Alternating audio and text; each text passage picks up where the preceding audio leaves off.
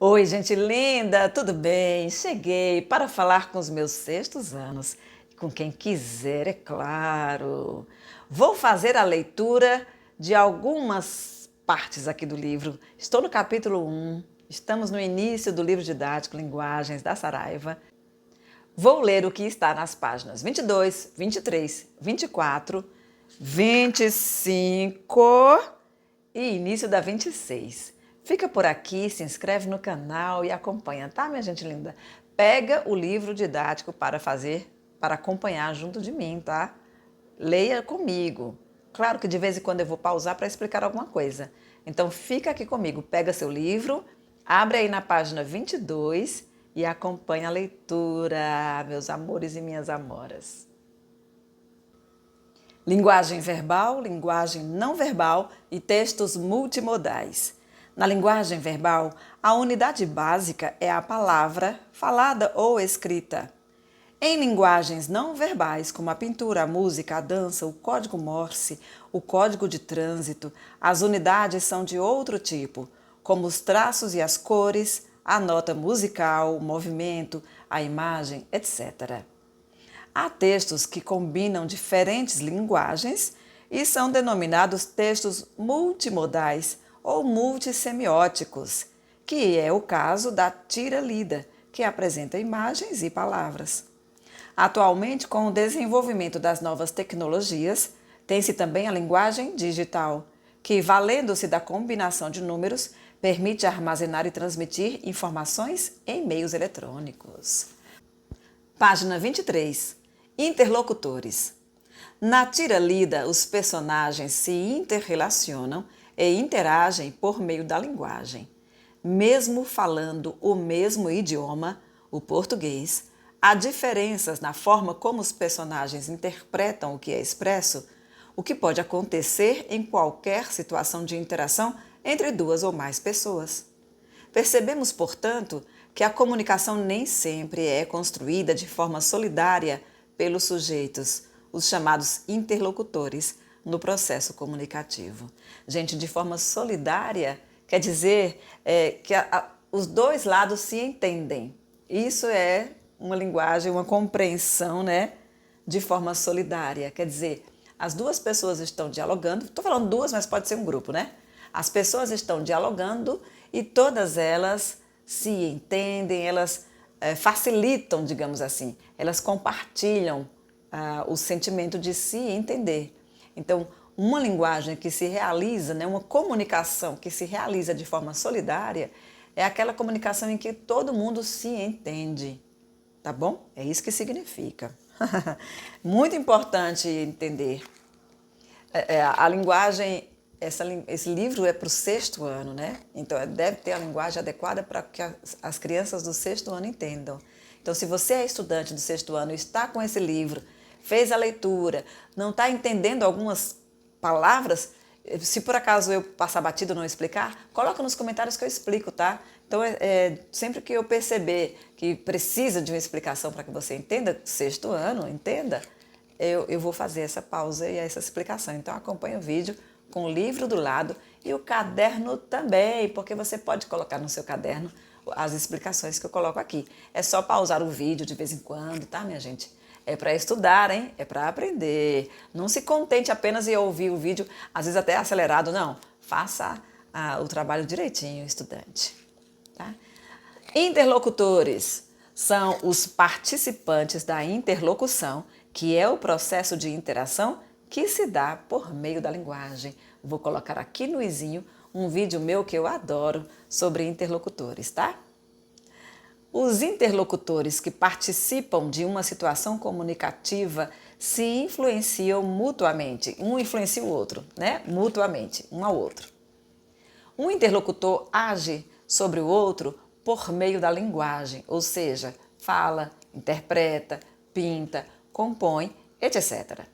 Em todas as interações de que participamos, estamos sempre influenciando aqueles com quem estamos em interação e sendo influenciados por eles, tá? Então, quem emite a mensagem é locutor, quem recebe é interlocutor.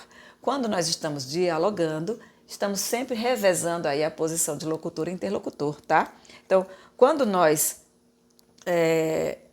falamos, né, emitimos, transmitimos uma mensagem, estamos atuando como locutores, tá? Quem manda a mensagem e alguém na interlocução, tá? Se você fizer um comentário aqui né, por escrito no vídeo, no YouTube, eu vou responder, então nós vamos dialogar. Eu quero que você faça isso. Coloca nos comentários o que você está achando dessa aula, o que você está achando desses vídeos, o que você está achando de ter uma professora aqui para resolver as questões do seu livro didático de 2024, 2025, 2026, 2027.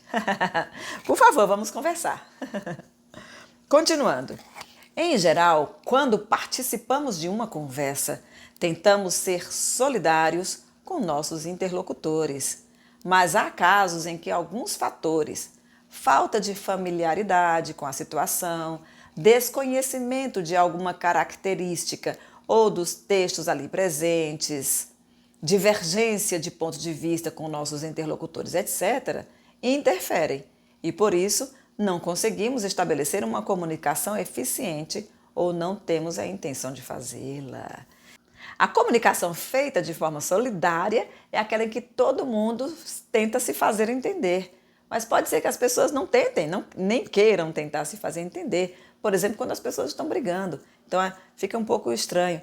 No caso da tirinha que nós estudamos ali na página 21 e 22, nós temos uma mãe brigando com o menino e o menino não estava no clima de briga. Então ela fala uma coisa e ele interpreta com carinho, ele não interpreta como briga.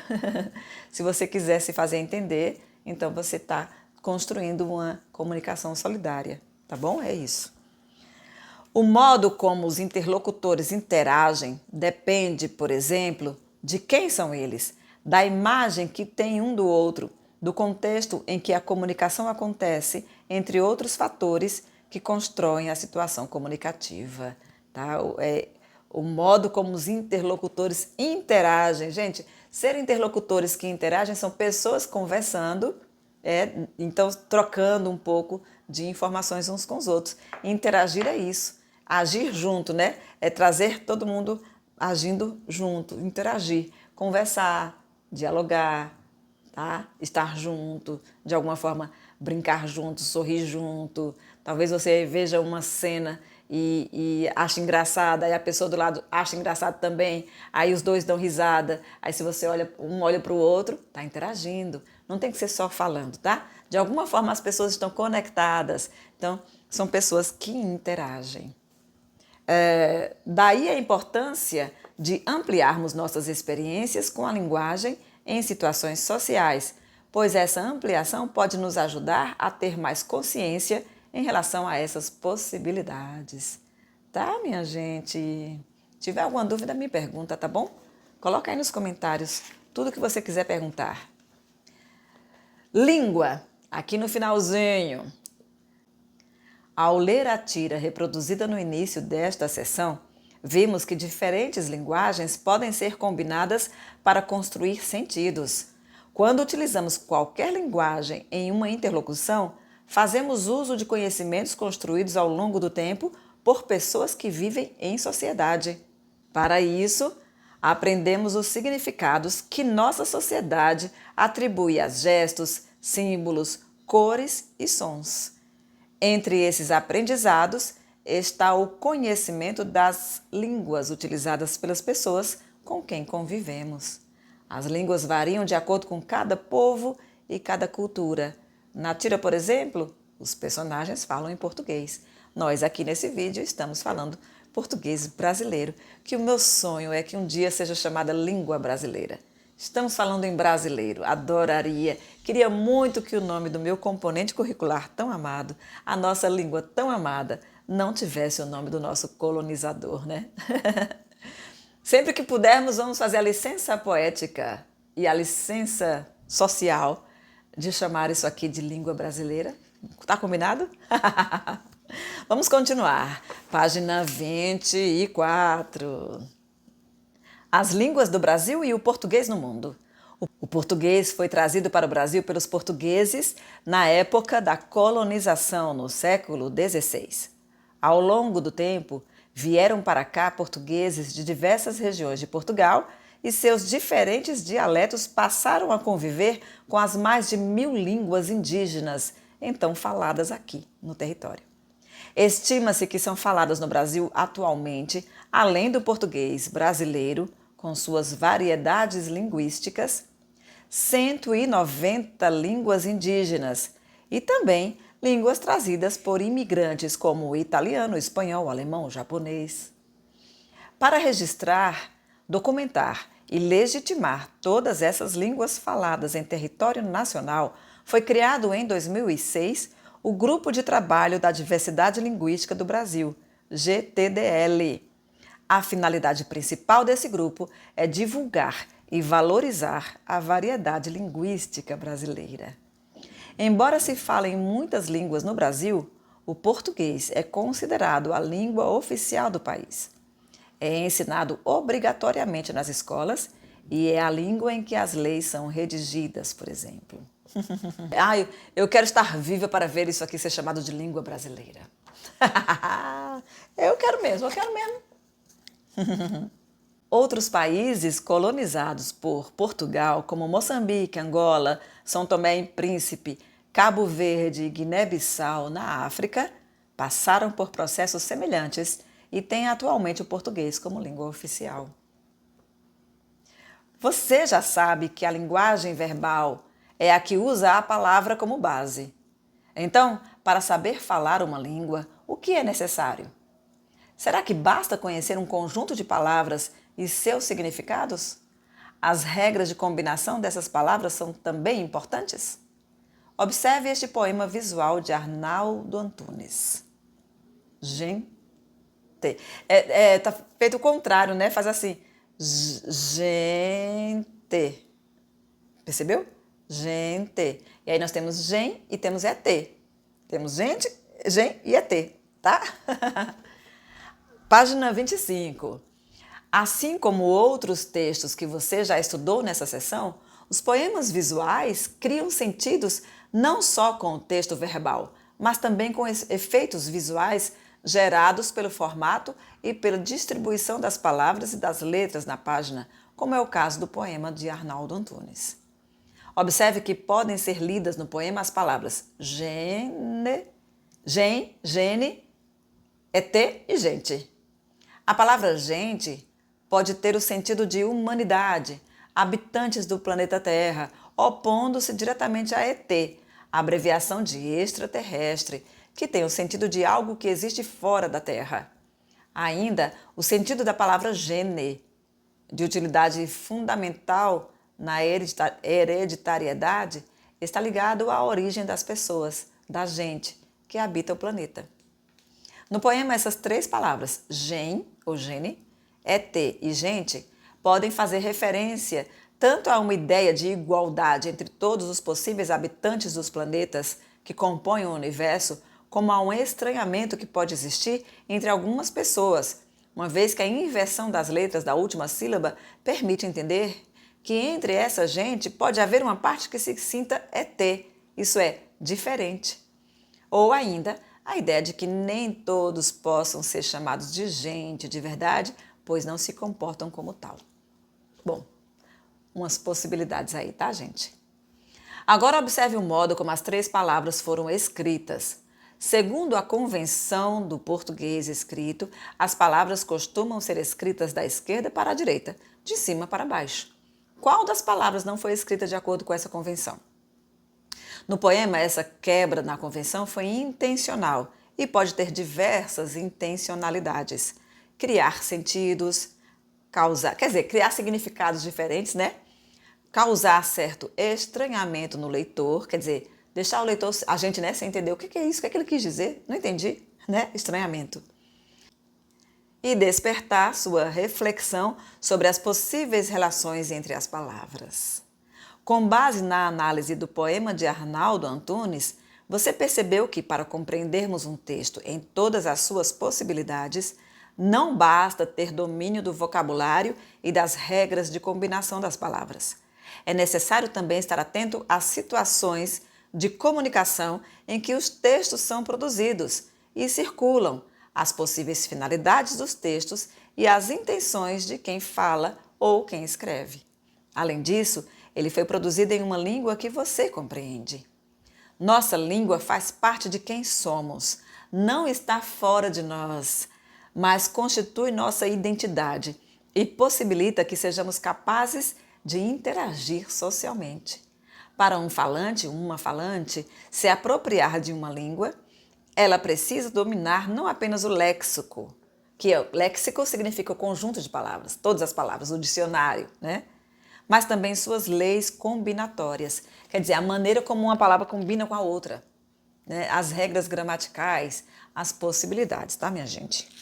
Os usos e as leis de uma língua passam por uma evolução contínua, sem interrupções, e por isso a língua apenas pode ser compreendida de fato se considerada a situação de comunicação em que ela ocorre. A língua é dinâmica, a língua é liberdade também, tá, minha gente? Vamos para a página 26? A linguagem e suas características. Pevô, pc, pejá, peim, pevém, petô, peau, pegum, pecó, pepé, pedi, pegou, pezê, pecrê, petô. Se você já inventou algum código secreto? É isso, tá? Se você conseguiu entender o que esta frase quer dizer, é porque você conhece a língua do P. Se não conseguiu, veja como é fácil se comunicar nessa língua. Basta pôr P antes de cada sílaba das palavras. Assim, para produzir ou compreender um texto na língua do P, você precisa, além de saber sua função e seus possíveis usos, conhecer as características e a forma de organização típicas desta língua. Qualquer que seja a linguagem que utilizamos para interagir com alguém, a comunicação só será possível se os interlocutores conhecerem as características dos elementos de sentido que compõem essa linguagem e a forma como eles devem ser organizados entre si. Cada linguagem pode se valer de diferentes elementos de sentido constituintes, cores, desenhos, símbolos, palavras, etc. E em cada uma delas, esses elementos devem se combinar de acordo com regras próprias para poderem construir os significados e permitir a comunicação. É, minha gente. Olha só, no próximo vídeo vamos fazer uns exercícios que iniciam na página 26 e terminam na 27. É isso, tá? Olha a playlist, olha na descrição do vídeo o que é que tem escrito aí. Sempre a referência desse livro didático está também na descrição do vídeo, tá, minha gente linda? Se inscreve no canal, tá bom? E acompanha todas as minhas aulas. Não deixa de colocar qualquer comentário, gente. Eu quero ver uma chuva de comentários nesse vídeo, por favorzinho. Eu amo vocês. Tchau.